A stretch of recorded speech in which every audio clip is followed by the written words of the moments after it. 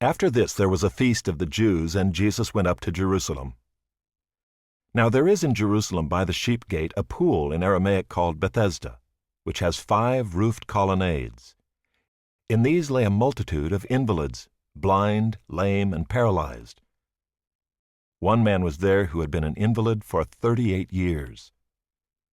When Jesus saw him lying there and knew that he had already been there a long time, he said to him, "Do you want to be healed?" The sick man answered him, "Sir, I have no one to put me into the pool when the water is stirred up, and while I am going, another steps down before me." Jesus said to him, "Get up, take up your bed, and walk." And at once the man was healed, and he took up his bed and walked. Now that day was the Sabbath. So the Jews said to the man who had been healed, "It is the Sabbath, and it is not lawful for you to take up your bed." But he answered them, "The man who healed me, that man said to me, 'Take up your bed and walk.'" They asked him, "Who is the man who said to you, 'Take up your bed and walk'?" Now the man who had been healed did not know who it was, for Jesus had withdrawn as there was a crowd in the place. Afterward Jesus found him in the temple and said to him, "See, you are well. Sin no more, that nothing worse may happen to you." The man went away and told the Jews that it was Jesus who had healed him. And this was why the Jews were persecuting Jesus, because he was doing these things on the Sabbath. But Jesus answered them, "My Father is working until now, and I am working." This was why the Jews were seeking all the more to kill him, because not only was he breaking the Sabbath, but he was even calling God his own Father, making himself equal with God. So Jesus said to them, "Truly, truly, I say to you, the Son can do nothing of his own accord, but only what he sees the Father doing. For whatever the Father does, that the Son does likewise. For the Father loves the Son, and shows him all that he himself is doing. And greater works than these will he show him, so that you may marvel. For as the Father raises the dead and gives them life, so also the Son gives life to whom he will. For the Father judges no one, but has given all judgment to the Son, that all may honor the Son just as they honor the Father. Whoever does not honor the Son does not honor the Father who sent him. Truly, truly, I say to you, whoever hears my word and believes him who sent me has eternal life. He does not come into judgment, but has passed from death to life. Truly, truly, I say to you, an hour is coming and is now here, when the dead will hear the voice of the Son of God, and those who hear will live. For as the Father has life in himself, so he has granted the Son also to have life in himself. And he has given him authority to execute judgment, because he is the Son of Man. Do not marvel at this, for an hour is coming when all who are in the tombs will hear his voice and come out, those who have done good to the resurrection of life, and those who have done evil to the resurrection of judgment.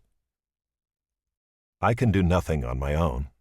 As I hear, I judge, and my judgment is just, because I seek not my own will, but the will of him who sent me. If I alone bear witness about myself, my testimony is not true. There is another who bears witness about me, and I know that the testimony that he bears about me is true. You sent to John, and he has borne witness to the truth. Not that the testimony that I receive is from man, but I say these things so that you may be saved. He was a burning and shining lamp, and you were willing to rejoice for a while in his light. But the testimony that I have is greater than that of John. For the works that the Father has given me to accomplish, the very works that I am doing, bear witness about me that the Father has sent me. And the Father who sent me has himself borne witness about me. His voice you have never heard, his form you have never seen. And you do not have his word abiding in you, for you do not believe the one whom he has sent. You search the Scriptures because you think that in them you have eternal life. And it is they that bear witness about me, yet you refuse to come to me that you may have life. I do not receive glory from people, but I know that you do not have the love of God within you. I have come in my Father's name, and you do not receive me. If another comes in his own name, you will receive him. How can you believe when you receive glory from one another, and do not seek the glory that comes from the only God? Do not think that I will accuse you to the Father. There is one who accuses you, Moses, on whom you have set your hope. For if you believed Moses, you would believe me, for he wrote of me. But if you do not believe his writings, how will you believe my words? After this, Jesus went away to the other side of the Sea of Galilee, which is the Sea of Tiberias. And a large crowd was following him because they saw the signs that he was doing on the sick. Jesus went up on the mountain, and there he sat down with his disciples. Now the Passover, the feast of the Jews, was at hand. Lifting up his eyes then, and seeing that a large crowd was coming toward him, Jesus said to Philip, "Where are we to buy bread so that these people may eat?" He said this to test him, for he himself knew what he would do. Philip answered him, 200 denarii worth of bread would not be enough for each of them to get a little. One of his disciples, Andrew, Simon Peter's brother, said to him, "There is a boy here who has 5 barley loaves and 2 fish, but what are they for so many?" Jesus said, "Have the people sit down." Now there was much grass in the place, so the men sat down, about 5,000 in number. Jesus then took the loaves, and when he had given thanks, he distributed them to those who were seated, so also the fish, as much as they wanted. And when they had eaten their fill, he told his disciples, "Gather up the leftover fragments, that nothing may be lost." So they gathered them up and filled 12 baskets with fragments from the 5 barley loaves, left by those who had eaten. When the people saw the sign that he had done, they said, "This is indeed the prophet who is to come into the world."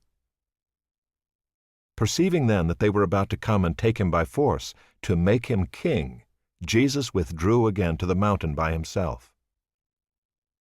When evening came, his disciples went down to the sea, got into a boat, and started across the sea to Capernaum. It was now dark, and Jesus had not yet come to them. The sea became rough because a strong wind was blowing. When they had rowed about 3 or 4 miles, they saw Jesus walking on the sea and coming near the boat, and they were frightened. But he said to them, "It is I, do not be afraid." Then they were glad to take him into the boat, and immediately the boat was at the land to which they were going. On the next day the crowd that remained on the other side of the sea saw that there had been only one boat there, and that Jesus had not entered the boat with his disciples, but that his disciples had gone away alone.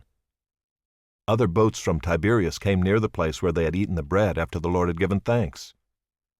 So when the crowd saw that Jesus was not there, nor his disciples, they themselves got into the boats and went to Capernaum, seeking Jesus.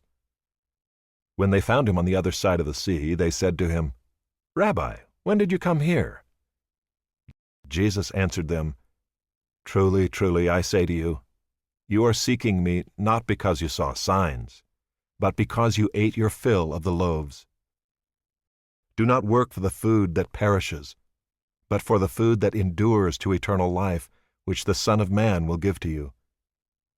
For on him God the Father has set his seal." Then they said to him, "What must we do to be doing the works of God?" Jesus answered them, "This is the work of God, that you believe in him whom he has sent." So they said to him, "Then what sign do you do that we may see and believe you? What work do you perform? Our fathers ate the manna in the wilderness. As it is written, he gave them bread from heaven to eat." Jesus then said to them, "Truly, truly, I say to you, it was not Moses who gave you the bread from heaven, but my Father gives you the true bread from heaven. For the bread of God is he who comes down from heaven and gives life to the world." They said to him, "Sir, give us this bread always." Jesus said to them, "I am the bread of life. Whoever comes to me shall not hunger, and whoever believes in me shall never thirst. But I said to you that you have seen me, and yet do not believe. All that the Father gives me will come to me, and whoever comes to me I will never cast out. For I have come down from heaven, not to do my own will, but the will of him who sent me. And this is the will of him who sent me, that I should lose nothing of all that he has given me, but raise it up on the last day. For this is the will of my Father, that everyone who looks on the Son and believes in him should have eternal life, and I will raise him up on the last day. So the Jews grumbled about him because he said, I am the bread that came down from heaven. They said, Is not this Jesus, the son of Joseph, whose father and mother we know? How does he now say, I have come down from heaven? Jesus answered them, Do not grumble among yourselves. No one can come to me unless the Father who sent me draws him, and I will raise him up on the last day. It is written in the prophets, and they will all be taught by God. Everyone who has heard and learned from the Father comes to me. Not that anyone has seen the Father, except he who is from God. He has seen the Father. Truly, truly, I say to you, whoever believes has eternal life. I am the bread of life. Your fathers ate the manna in the wilderness, and they died. This is the bread that comes down from heaven, so that one may eat of it and not die. I am the living bread that came down from heaven. If anyone eats of this bread, he will live forever. And the bread that I will give for the life of the world is my flesh.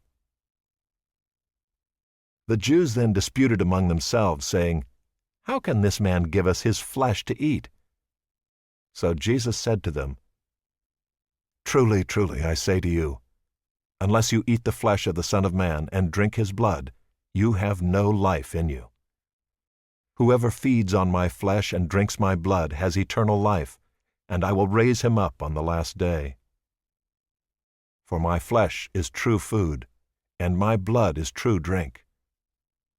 Whoever feeds on my flesh and drinks my blood abides in me, and I in him.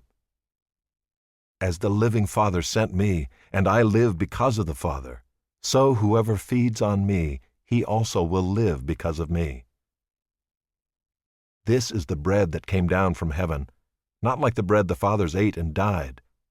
Whoever feeds on this bread will live forever. Jesus said these things in the synagogue as he taught at Capernaum. When many of his disciples heard it, they said, This is a hard saying. Who can listen to it? But Jesus, knowing in himself that his disciples were grumbling about this, said to them, Do you take offense at this? Then what if you were to see the Son of Man ascending to where he was before? It is the Spirit who gives life. The flesh is no help at all.